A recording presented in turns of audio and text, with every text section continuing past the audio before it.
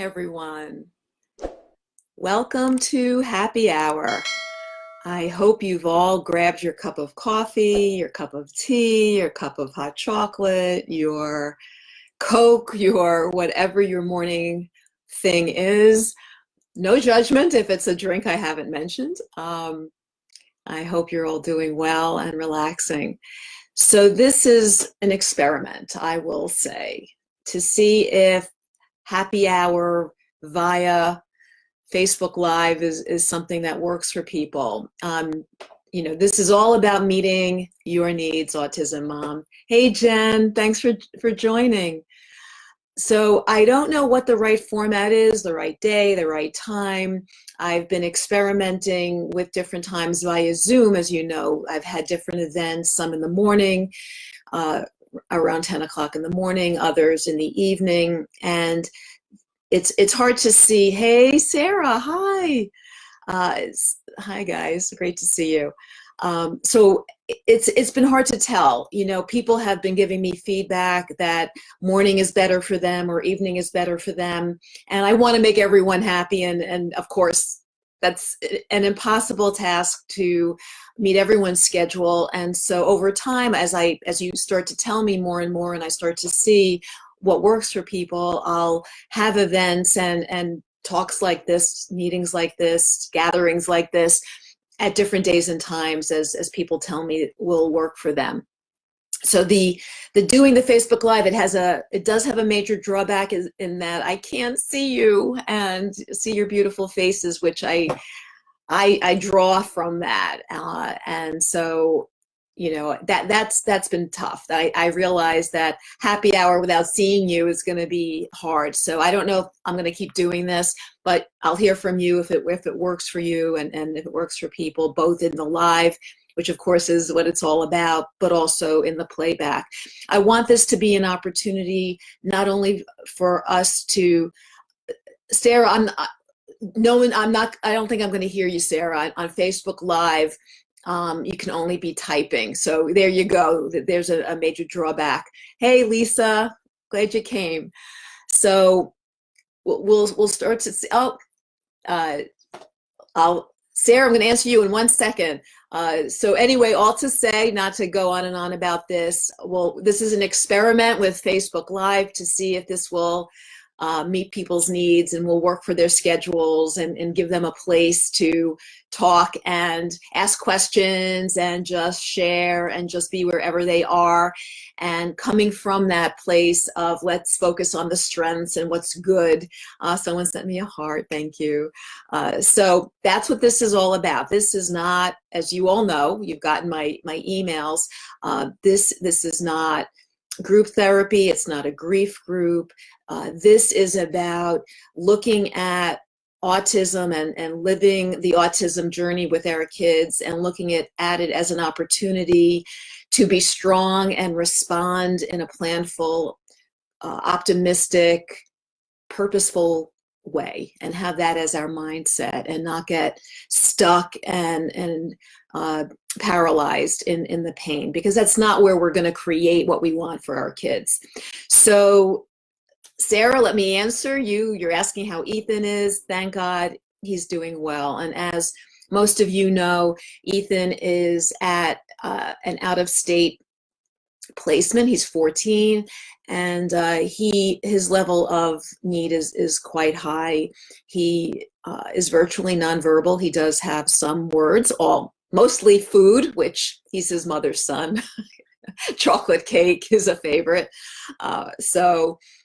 He has very little language, and he, up till now, has been prone to having meltdowns, severe behaviors that can get triggered by sensory overload. So he needs 24/7 support, and he's now at a wonderful place out of state that is really meeting his needs, and he's thriving.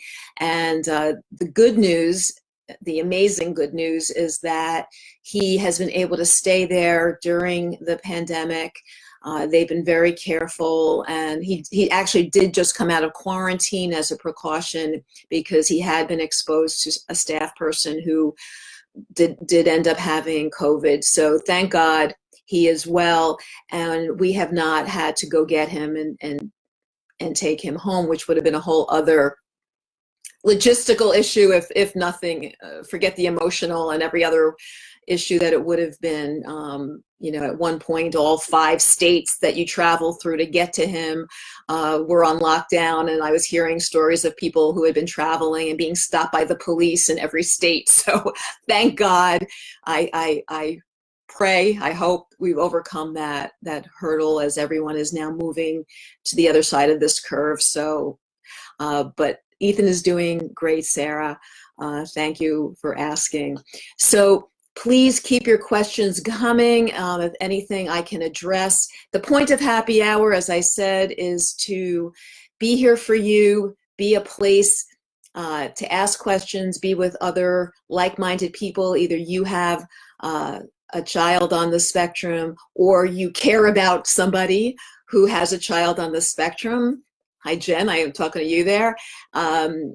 Or Lisa, work with kids on the spectrum. And Lisa has joined us. Lisa is the amazing teacher who I keep referring to throughout my new book, as you know, You Just Have to Love Me. And Lisa is that person who was with me, facilitating with me as Ethan communicated these incredible insights and wisdom that you've heard about. So thank you for joining us here, Lisa. And you, of course, have major insight into what life is like on the autism journey. So what I thought I would start with, as please, I'm checking the chat as we're speaking for your input. But what I thought I would just say to get the conversation going, because one of the points I make throughout the book, the whole point of the book, is that when we choose to step out of the fear that we're in, especially quickly after diagnosis, and we kind of live in fear for a long time unless we realize that it's a choice and that we actually have an option to be able to choose not to be in fear. Hey, Kim, I'm so happy you came. Wonderful. That the choice to be in fear or love is a choice, and is a conscious choice, and it's a choice we keep making every minute of every day, because it's not an easy choice to make. But my point is that it's a very powerful choice to make, and one that will lead us, those of us on the autism journey with our kids, it will lead us more toward where we want to go. And it will be the place that lets us envision the positive future and envision the world that we want to create. And then when we're in that love and possibility, then we have that, vision, that destination, and then we engineer backwards. Okay, well, what do I need to do today to create that? So it's kind of like saying, I want to go here. I want to go to happy, empowered place for my child. Well, okay, stick that into my GPS, and then buzz, ding, ding, ding, ding. It goes into the black box of the universe saying, okay, here's a path for you forward. And then you take your steps, and you might miss a turn and then recalculating, but you're going to go toward that destination. And that really is the whole idea of the book. So I thought that to make that point and illustrate the power of that I've witnessed in my life, both short-term, in a small time frame and larger time frame, I would tell you a story, a birthday story. So as many of you know, here on Facebook, they send all these birthday reminders. This past Saturday was my birthday. So I'm going to, in honor of birthdays, and that's Ethan's favorite thing, is somebody's birthday, because anybody's birthday, we get a chocolate cake. So in honor of my just past birthday, and I'm going to tell you a birthday story about Ethan that just happened for Ethan's birthday this past October. And some of you have heard me tell this story before, but in the spirit of birthdays, listen again. So I had gone to visit Ethan for his birthday this past October, and it was very exciting. And the case manager is a wonderful guy, Mark, and he arranged a special time for me to be with Ethan out of class during this quieter time. And he said, my my wife is a kindergarten teacher, so she's put together this activity for you and Ethan to do while you're with him.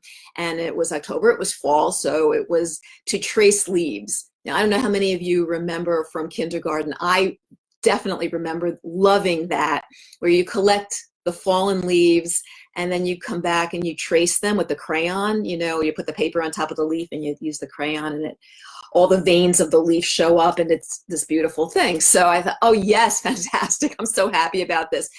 I know though that it's not Ethan's thing. You know, he's much more, he's not a leaf guy. He's a stick guy.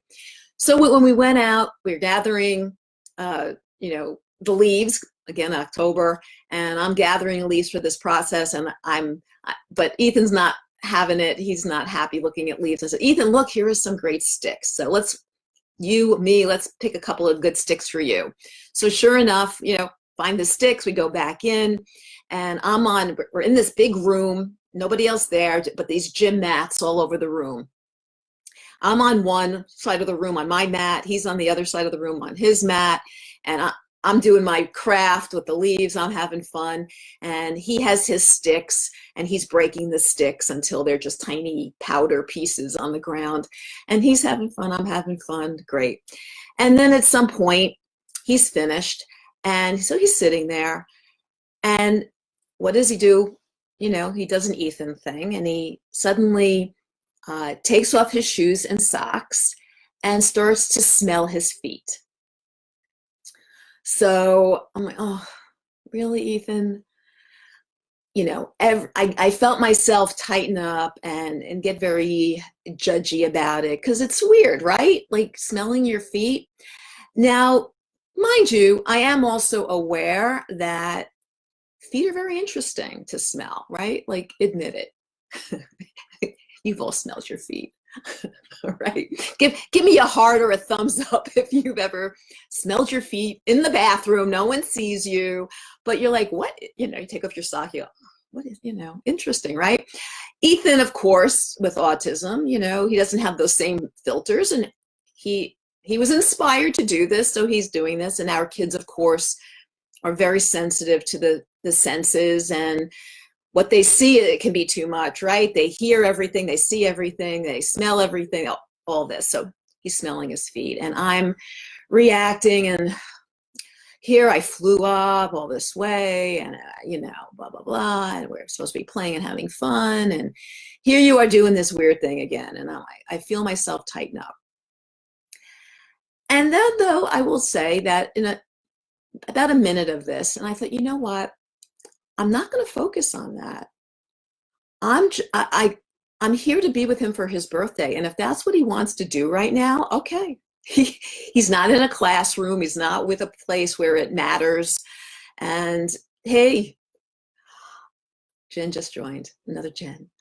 You know, it doesn't matter. It doesn't. So I'm not going to focus on that. I'm just going to sit here and just think about how grateful I am that I could be with my son on his birthday. I flew up to be with him.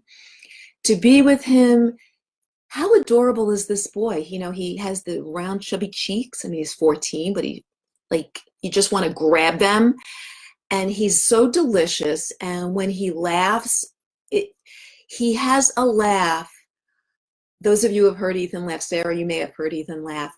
It's the most infectious, delightful sound. People stop and turn when Ethan laughs. Like, what is that sound? Like, they're drawn to it. It's the most magnetic, beautiful music. And I just was sitting there thinking, I'm just going to focus. Hey, Lee, I'm just going to focus on how adorable this child is, and delicious and sweet, and how much I love him.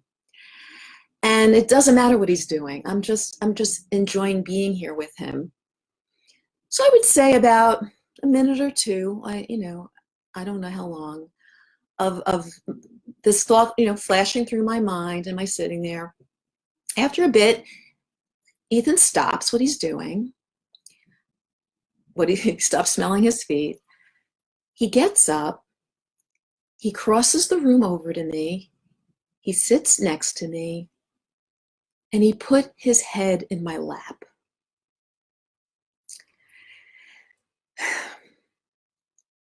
Can I tell you that if time had stopped in that moment, if all had come to a standstill, it would have been good.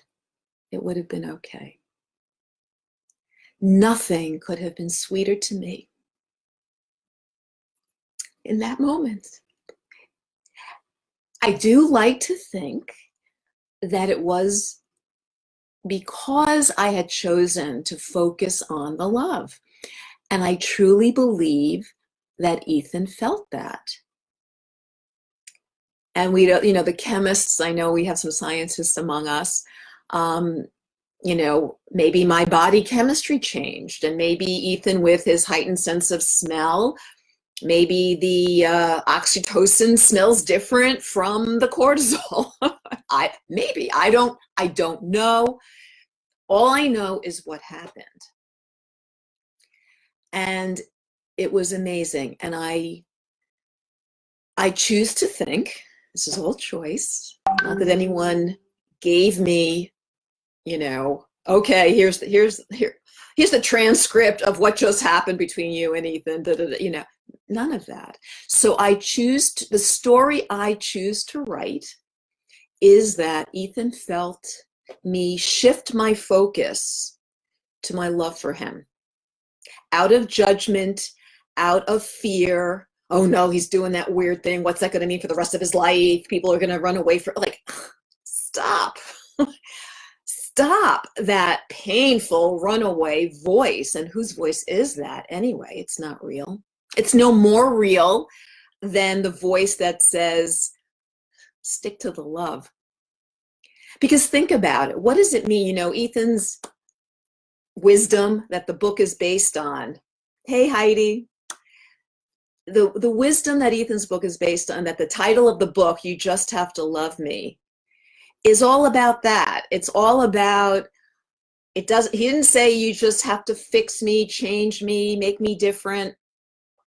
You just have to love me. And when you think, what does it mean to love? Let me ask you this question before I answer that. Thank you for the hearts. Who can give me, anyone, the longest list of all the stuff that's wrong with you?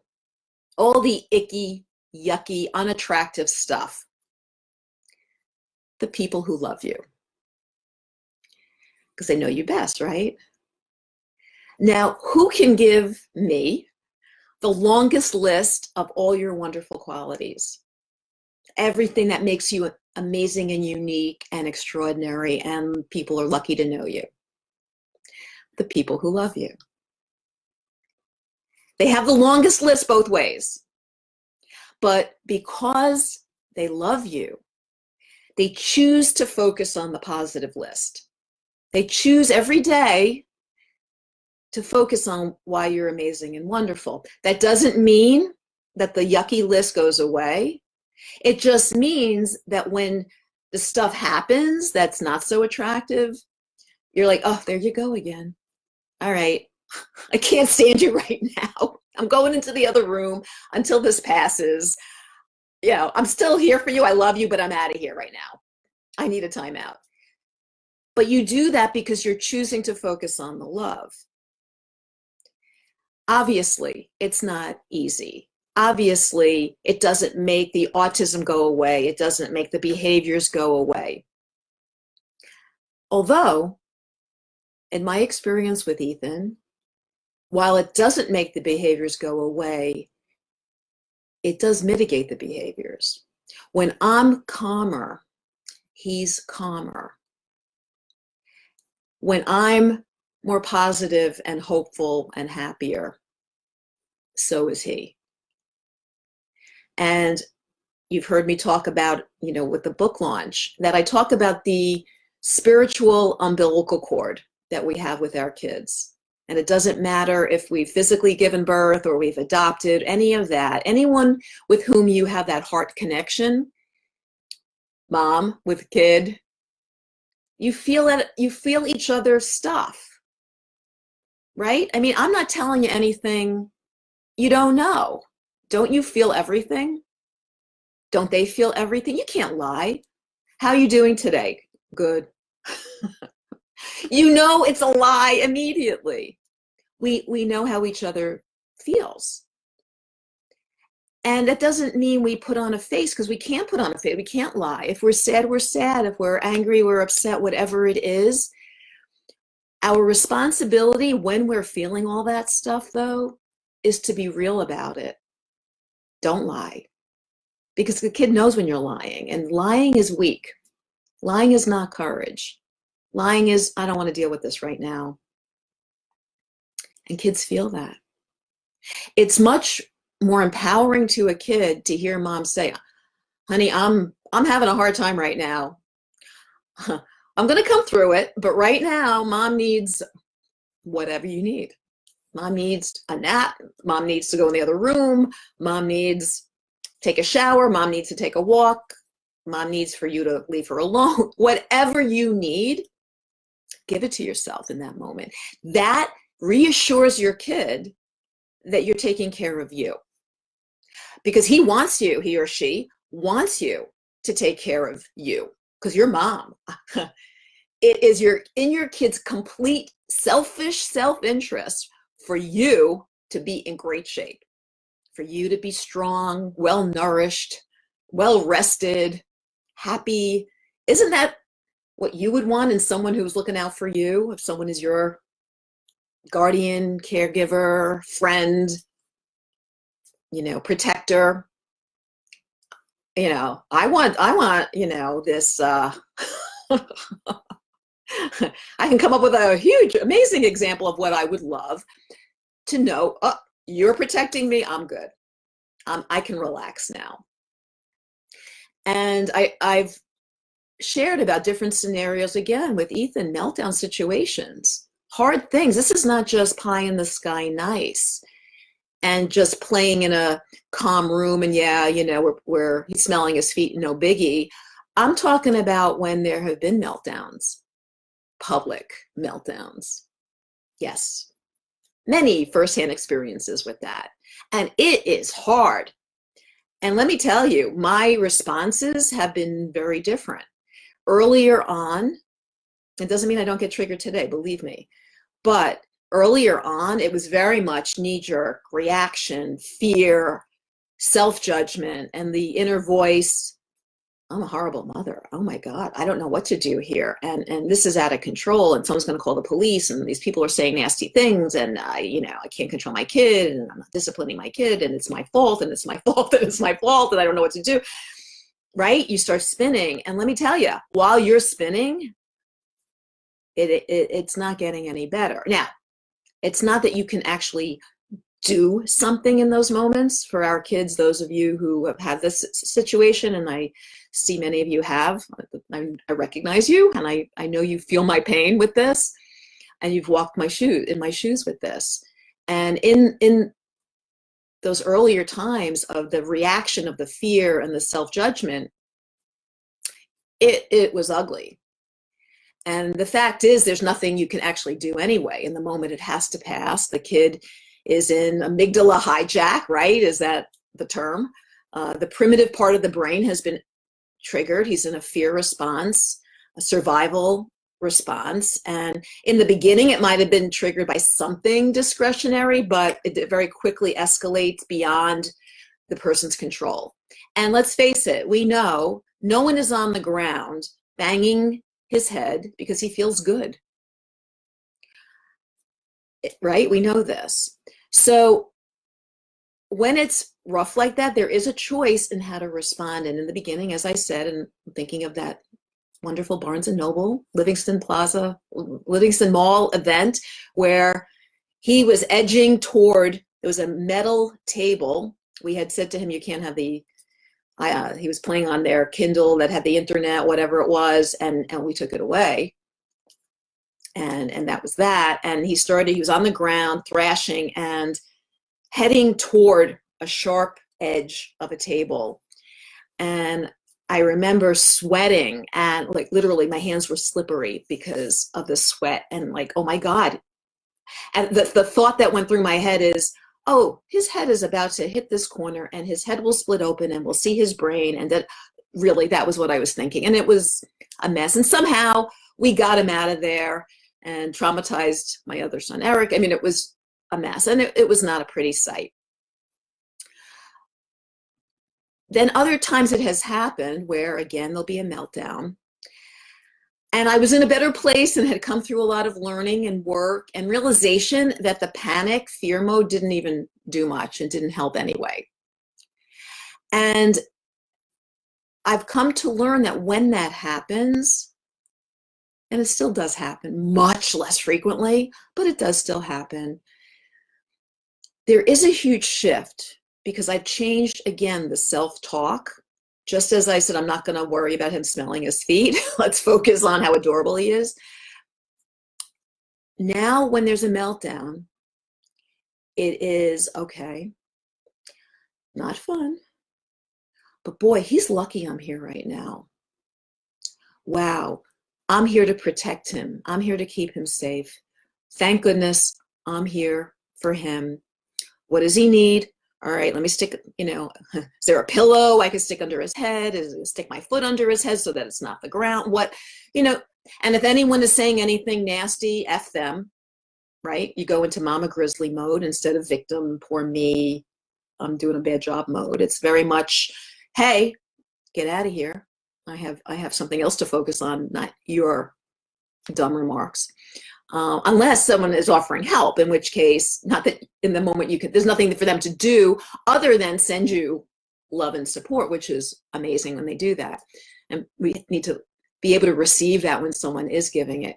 But I have seen that when Ethan is having the same physical thing he's in, and by the way, when we've typed with him and said, Ethan, why are you doing that? Why are you hurting us? Why are you doing? And he's typed, I can't help it. And he'll cry. He can't help it. So if someone can't help it and you have empathy for what they're going through, your response can reflect that. Instead of the anger, fear, oh my God, they want to do this and they're acting out, as opposed to, okay, oh my God, like he can't help this and how can I be there for him and help him? And again, that spiritual umbilical cord, he feels that. He can't express it. And in those moments, I know with Ethan, the best thing to do is to say nothing other than, I'm here, bud, and stop talking. Because his processing, especially auditory processing, and this is true for, I think, anybody. I know when I'm upset, I can't hear. I don't process language anymore. It's just, I don't hear anything. And if someone's in that state, it's important to recognize that they're probably not hearing the meaning of any words. So be quiet, but be with them and shift the focus, like that long list. Okay, what's good right now? What is my opportunity to give to him right now when he needs it? And not default out of it and go back into victim, poor me, because it's not about you in that moment. And that's the good news. The good news is it's not about you. It's not about anything you did or didn't do.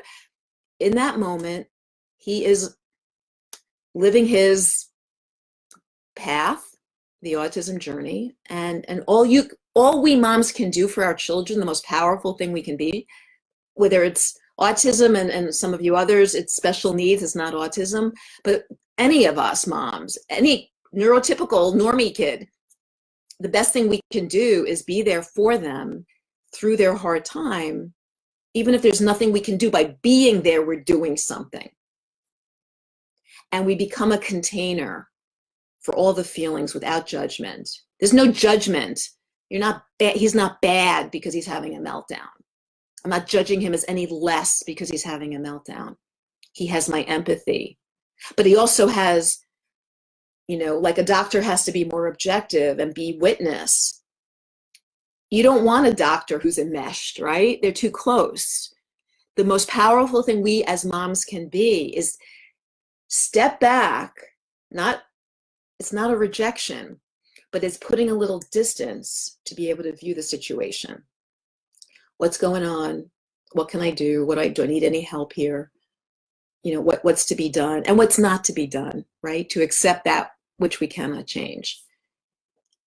So all to say, we have tremendous power when we choose to stand in love and empathy and step out of the fear, and be amazed at how powerful we can become when we make that choice. Actually, it's amazing. You start channeling things you wouldn't even believe would come out of your mouth, would show up, the things that suddenly become available when you reach out for help. When you're not in fear and, oh my God, it's all about me and I must have done something wrong. When it's, okay, what do I need to do right now? What does he need? How can I love him right now? You just have to love me. What does love look like right now? Okay, I'm just going to be here, keep you safe. That's what love looks like in that moment. And then as soon as it's over, love looks like, let's move on. What's the right next moment to move on? Not only for him, but for you. Take care of you. If something hard is going, all right, what do I need right now too? I need to breathe. I need to call a friend. I need to do something to keep me going here. But that is what's possible in love and connection, right, Kim? How many times have we spoken about autism in this path? We reach out to the people who understand. And then we don't take it to heart for all the people, or especially earlier on, for those of you with more recent diagnoses for your kid, and you may still be dealing with the diagnosis shock of that and the stages of grieving and all of that. Really important not to go into the social isolation. And of course, that's the irony now, right? Right, ladies? Those of you who get it, with those of you who do have kids with autism, we've been doing the social distancing for a long time, right? Raise your hand if you've also had to stay home with the kid, distant from everyone else, while the rest of the family went and did their own thing because your kid couldn't handle it. So we've been social distancing for a while. The challenges now for us are different. It's not about acclimating to social distancing. It's more about, the routine is disrupted and the everyday connections with people are disrupted. Because again, that's a big myth around autism, right? That our kids don't care about their friends or having social connection. So not true. They just express it differently. But in fact, having autism is correlated with greater emotional sensitivity, greater emotional desire for connection, ironically and sadly, with a compromised ability to express those feelings. And so we as mom have to serve more as a guide. How do I help my child have those social needs met in the face of all the challenges that work against the classic ways of getting those social needs met? So our role as mom is guide. And here's an important point, and I think that the birthday story kind of demonstrates it too, is that each person has, every human being, every soul has its own journey, its own purpose. And even mother and child, we're two different people. We're close companions on the journey, but we're not the same person. And each human walks through life alone in that they're in the container of their human body. We're born alone, we die alone, as far as physically. We are two different people. And so we need to leave space and room for our child of any ability to speak, of any ability to do anything, self-care, any ability to understand. To whatever degree they can, you presume competence and give them the room to do whatever they can do and achieve whatever they can achieve at whatever level that is, and then celebrate whatever it is. A number of us on the call, we know our friend Erica and Stephen and their son Josh, and very medically fragile kid, not autism, CP, he was a micro-preemie, very medically fragile young man now. He's just turned 20. And he has CP, he doesn't speak, but he looks up for yes and down for no, and they have rich communication with him, and they celebrate every communication with him. And they've created all kinds of ways for him to express who he really is and for him to be who he is. And he loves Disney, and they go to Disney, and now they're doing virtual Disney, and they wear the caps in the house. And it's unbelievable how they celebrate him and who he is. So my point is, in the spirit of birthdays, let us celebrate the individual our child is, the amazing human that you brought into the world or you take care of in this world, that you are the prime caregiver. Your child is looking to you to model for how to be in the world. Who are you in the face of difficult things? Who are you in the face of a pandemic? If you're a puddle on the floor, they see that. And if you choose to be the hero in your own life, they see that. If you choose to let the autism or the medical condition be the master, they know that. And if you allow it to be your teacher, they know that. They feel it all. So when you model for them, this is tough. It doesn't mean lying. You're feeling that, they're feeling it, you're feeling it. This is to be human. It doesn't mean you don't feel it. But you feel it, and you say, okay, I feel all this. What do I need to do now? Who do I need to be now? How do I take care of myself now? How do I love myself more right now? How do I love you more right now? You just have to love me. Again, that Ethan advice starts with us. It's love thy neighbor as thyself. You're the foundation. If you don't love you, how can you know how to love others? And people feel it when you don't love you, right? When you're dismissive of you, when you call yourself harsh names, when you're very judgmental of yourself. We all know people like that, and they're hard to be around. And, I'm a reformed, self-deprecating kind of person. And I now watch my language. I watch my language about, especially, I don't talk about other people. And when I do, I make sure it's for the good, or I don't say it. And I apply that now. I always did that with others, but there were gaps. And I realized the gap was that I was still being harsh and judgmental and critical and downright ugly and nasty about myself. So then that leaks out. There's no artificial wall. There's no firewall, self-hate or self-judgment. Oh, but for you, I'm good. We think there is, but there's not. So anytime you feel yourself judging somebody else, judging Ethan, me judging Ethan for smelling his feet, it's an opportunity. It's not for judgment. No, this is my teacher in front of me. When I feel judgment and anger and upset at someone else's behavior, it's an invitation to me to look at myself and say, where am I doing something that is making people feel this way, maybe? Or not making, you never make anyone feel any way, right? They choose it. But what in me might be triggering somebody? Is there something I'm doing that I don't even know about? And it's just an opportunity to look. You may say, no, I'm good. I'm not doing that. Or, well, you know what? I could do that better. And it might not be something as egregious as smelling your feet, but there might be something you do that people, distance. It might be a way of speaking. It might be anything. From the spirit of inquiry, of self-learning, not, oh, I always do that, and I always make that same mistake, and I hate when I do. That's not the point here.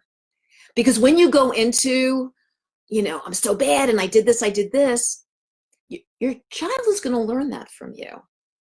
So think about, before you start beating yourself up, what do you want your kid to be learning from you as far as how to be?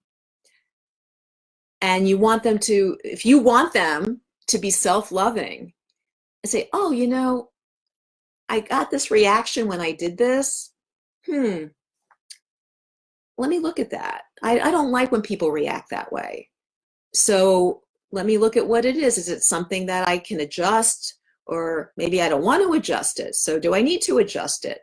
Is it something that is my right to do no matter what? Or is it something that I can be more socially sensitive and not do it? Or can I do it in a different way? You know, with Ethan, maybe Ethan, buddy, when you're with other people, don't smell your feet. Go to, if you want to do that, go to your room and do it. It's okay. Nothing wrong with smelling your feet, but it's more private. Something like that. What am I doing that maybe I should reserve for being in private?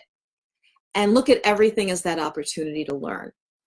So in the spirit of birthdays, my birthday celebrating me, happy birthday to me, yay me, and celebrating Ethan's past birthday and using my experience with him on his birthday to be an opportunity for self-reflection for me on my birthday.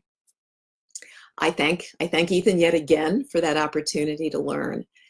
And if any of you have any feedback, thoughts, ideas, sharing experiences that you may have had, you know, likewise that, you know, you learn from your kid something interesting about yourself or them, I'd love to hear it. So let me stop talking in this moment and just give you all an opportunity to ask any questions.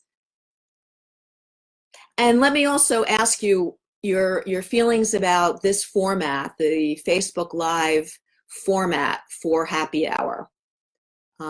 Because you could have been drinking your drink right now. As I'm talking, you could be, you know, sitting back and relaxing. And I hope it was a time for you to nurture yourself and listen to something that I hope will shed light on your own journey. So I'd love some feedback if you think Facebook Live is a good way to go. Should we go back to the Zoom happy hour? Some of you have reached out to me. Gee, Heidi, are you going to see me? And, you know, we're not going to see each other. And so that is a downside, you know, and I realize in this format, I'm doing all this talking, which I wouldn't necessarily be doing in a happy hour. It would be more conducive to people just chatting and I can stay back more. So, you know, please, as you hear this, whether it's now or those watching the replay, I would love your feedback as to format because, you know, it's all about what your needs are. And as I put together programming, as I put together events, as I put together Q&A sessions, as I put together webinars and retreats and my groups and the one-on-one, the coaching, I need to know what works for people, what formats work for people. Your scheduling constraints would be really helpful for me to know. So this is my opportunity to ask you to give me that feedback, what works for you and what does not work for you, your preferences, and I will factor all of that in moving forward to continue to adapt all the curricula that I'm creating. And so let me know about all that. So if anyone else doesn't have any other questions for now, I'm going to sign off. And as I said in the email, though, I hope you blocked an hour. We've been at 45 minutes or so. I hope you blocked an hour. You still have another 15 that you've blocked on your calendar to refresh that cup of coffee, to maybe listen to a podcast, listen to some music, go close your eyes, maybe do a meditation, something that nurtures you. That would be amazing to do. Because this is about you taking care of you. Hey, Pam. Pam just joined. Pam is an amazing companion to me on this journey. Thank you, Pam.